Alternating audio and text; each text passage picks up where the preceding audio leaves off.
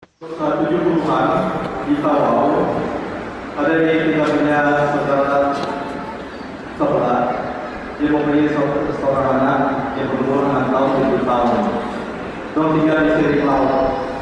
Sebab orang itu bangsa bajau atau bajauan. Bajau itu sama saja. Jadi tiba-tiba anaknya menghilangkan diri. Jadi dia punya tadi cakap, saya anak kita. Kenapa? Tadi lagi saya cari setengah jam sudah ada. Jadi dong cari di bawah pulau tidak ada. Dong cari di belakang rumah tidak ada. Dong cari di rumah jiran tidak ada. Sebab angin kuat. Kalau panggung banyak di sisi laut. Tiba-tiba mereka sudah bosan mencari. Mereka kita turun Tuhan.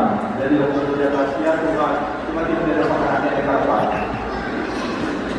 Tanah serupa dia yang begini. Jadi dia panggil hati turun potanya yang kita jatuh.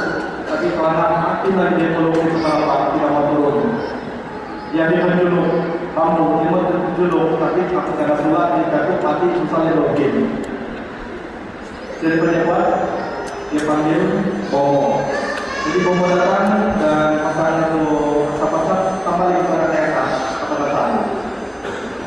Jadi orang di bawah putus asa macam mana mau saya itu turun.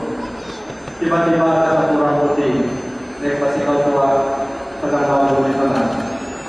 Jadi itu sudah panggil. Habis tidak ada orang lain dia panggil orang putih dia bilang, "Tolong dia bilang karena kami tidak mau turun." Sudah ada saya kami itu ambil tidak mau. Jadikan cerita habis. Memudahkan. Jadikan cerita orang putih itu tidak memahami bahasa dia turun sebab dia pakai esok pisang. Jadi dia adalah ahli missionary. Dia dapat kebutuhan di atas kapal. Dia minum beberapa minggu dia sebab dia akan tinggi orang itu ini menjadi kepala ini. Jadi salah satu terjadi itu pada tidak ada apa-apa dia bertak dia celana.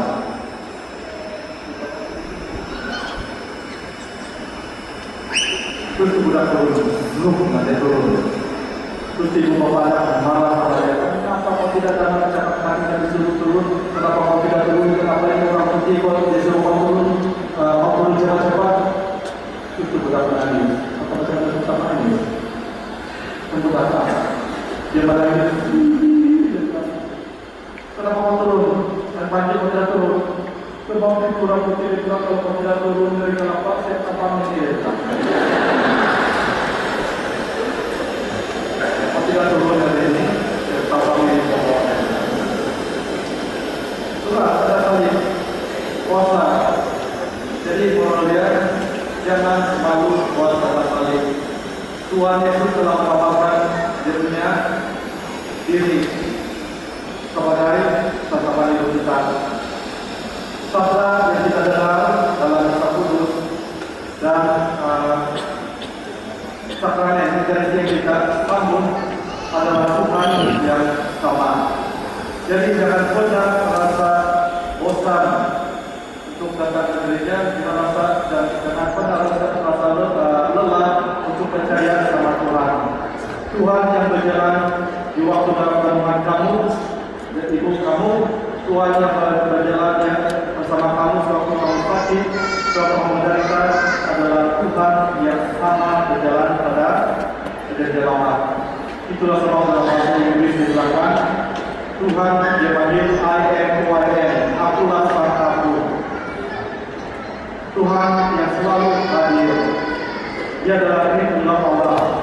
Itulah sebab kita diutus dalam nama Bapa, Putra dan Roh Kudus.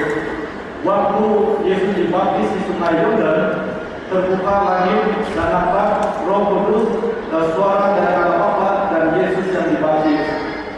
Dan di Gunung Tabor pun begitu juga.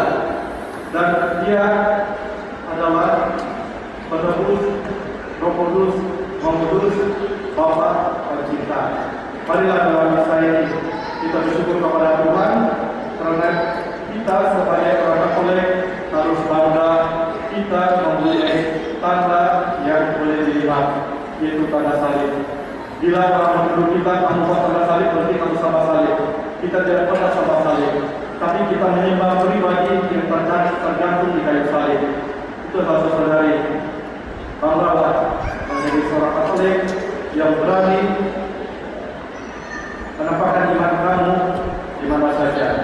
Jangan malu.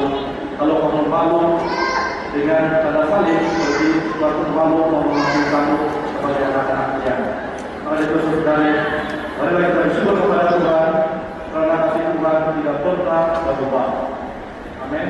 Amin. Silakan.